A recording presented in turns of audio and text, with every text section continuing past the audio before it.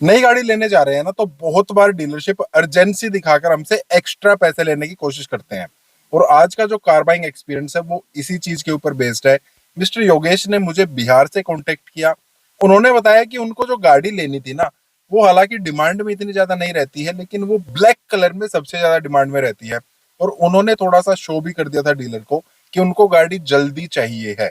और वो जब उन्होंने जल्दी बोला ना, उसके बाद डीलरशिप के अलग अलग जो तरीके हैं थोड़ा सा पैसे ऐंठने के, वो शुरू हो गए। वो दे भी देते, लेकिन बाद में क्या चीजें किस तरीके से हुई, जहां पर उनको काफी नुकसान हो रहा था, हजारों का नुकसान हो रहा था, लेकिन लास्ट में उन्होंने चीजों को सॉर्ट आउट कर लिया। तो क्या ये स्टोरी है, एक्सपीरियंस है जो हमारे काम भी आ सकता है जब हम नेक्स्ट गाड़ी खरीदने जा रहे हैं? चलिए एक बार बात कर लेते हैं। हेलो, मेरा नाम है मित्र और आप देख रहे हैं डेली ऑटो लाइफ। और आप भी अपना कोई कार बाइंग एक्सपीरियंस शेयर करना चाहते हैं, अच्छा है या बुरा है, या गाड़ी खरीदने से रिलेटेड कोई क्वेश्चन है, कैसे गाड़ी लेनी होती है, कौन सा वेरिएंट आपके लिए बढ़िया है, कैसे डील समझनी है, कैसे स्कैम से बचना है, कुछ भी है, तो उन सब के लिए आप मुझे कांटेक्ट कर सकते हैं। मिस्टर योगेश ने जब स्कॉर्पियो क्लासिक लेने की सोची, तो ब्लैक कलर जो है वो सबसे ज्यादा फेमस है। वो डीलरशिप के पास पहुंच गए। डीलरशिप ने बताया कि ब्लैक कलर तो अवेलेबल नहीं है, व्हाइट कलर अगर आप लेंगे ना तो हम आपको आज या कल में ही दे देंगे, हमारे पास अवेलेबल है। लेकिन व्हाइट कलर लेता कौन है स्कॉर्पियो क्लासिक का? तो उन्होंने, योगेश जी ने बोला कि नहीं यार, मुझे ब्लैक ही चाहिए है। यहाँ पर डीलर ने बोला कि ब्लैक कलर आपको लगभग 2 महीने के बाद मिल सकता है, लेकिन हमारे पास एक और ऑप्शन है। किसी और की गाड़ी आई खड़ी है, अगर आप वो गाड़ी ले लेते हैं तो हम आपको 15K एक्स्ट्रा आपको देने पड़ेंगे, और वो जो गाड़ी है, वो जो कलर है, आपको 2-3 दिन में गाड़ी मिल जाएगी।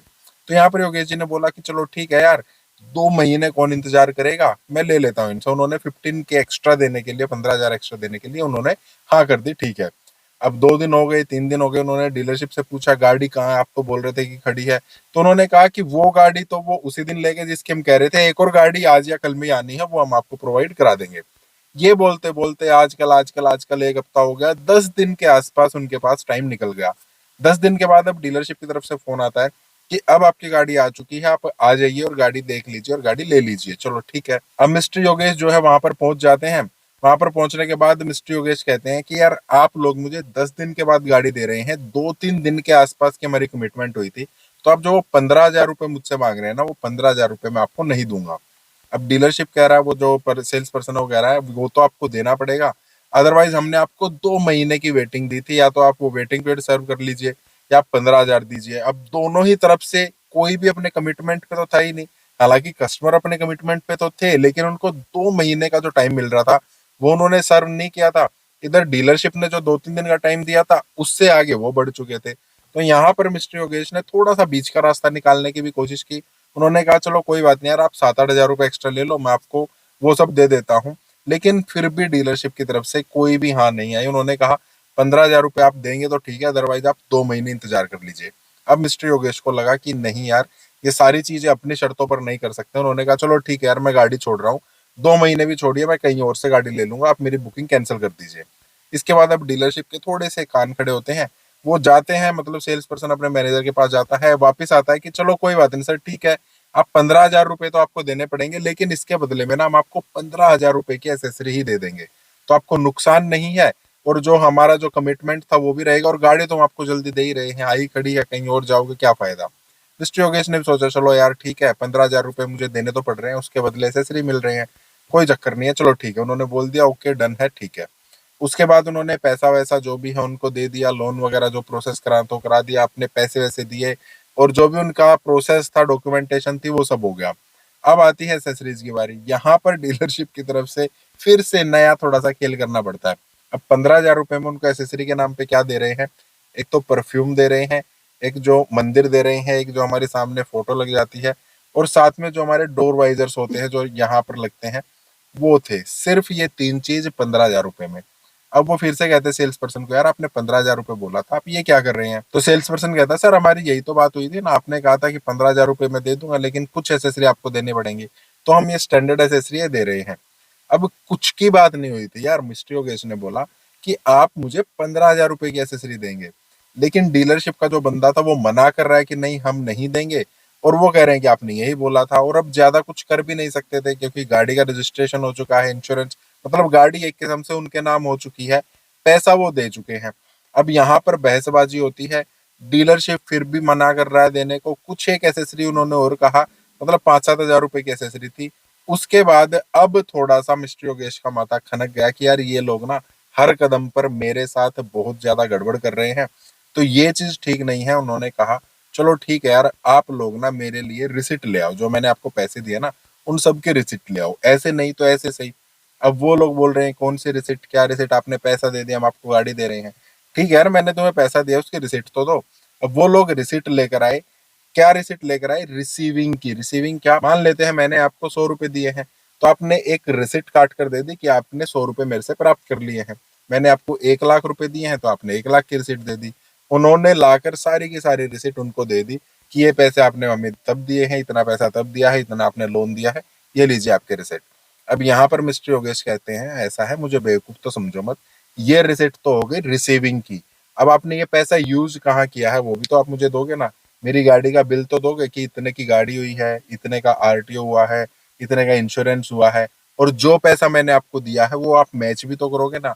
वो जो 15 हज़ार रुपए भी आपने लिए थे ना, उसकी भी मुझे रिसिट चाहिए है। वो आपने कहाँ पे एडजस्ट किया, वो सारी चीजें आप मुझे अब दोगे। उसके बाद डीलरशिप की तरफ से थोड़ा सा और गड़बड़ी, उनको पता लग जाता है कि यार ये तो गड़बड़ हो सकती है।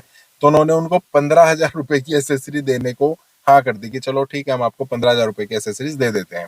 योगेश जी वहां कुछ नहीं बोले, उन्होंने और 15 हज़ार रुपए की जो भी उनकी एसेसरी थी वो सब उन्होंने पूरी कराई। उसके बाद बोला ठीक है अब आप मुझे बिल दे दो।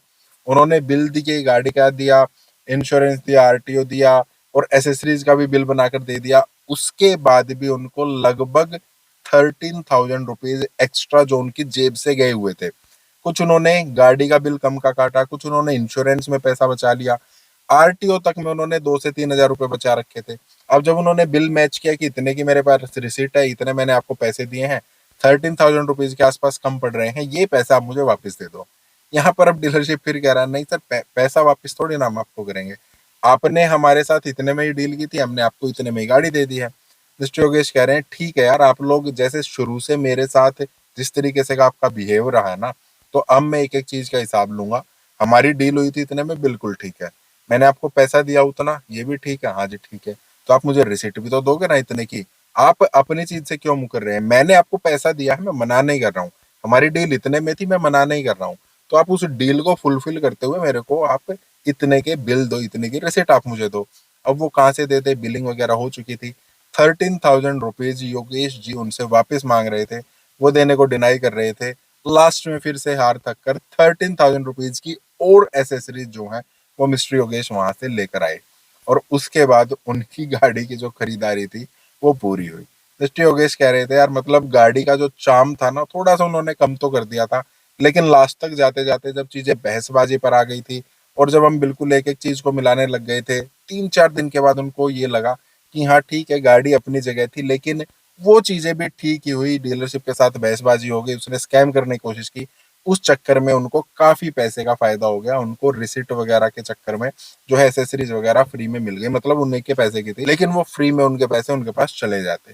तो मिस्टर योगेश का भी यही कहना था कि ये आप लोग ना थोड़ा ध्यान रखो, नई गाड़ी का जो जुनून है ना वो सिर में मत चढ़ने दो, वो गड़बड़ क्रिएट करता है। फिर से आपसे कह रहा हूँ, आपके पास कोई स्टोरी, कोई एक्सपीरियंस है, या आप गाड़ी खरीदने से रिलेटेड कुछ भी मुझसे पूछना चाहते हैं, गाड़ी कैसे लें, कौन सी लें, किस तरीके से डील करनी चाहिए, कैसे स्कैम से बचना चाहिए, कुछ भी आप चाहते हैं तो भी आप मुझे कॉन्टेक्ट कर सकते हैं। बाकी इस टाइप के वीडियोस के लिए लाइक करना, चैनल को सब्सक्राइब करना। मिलती है, थैंक यू, बाय।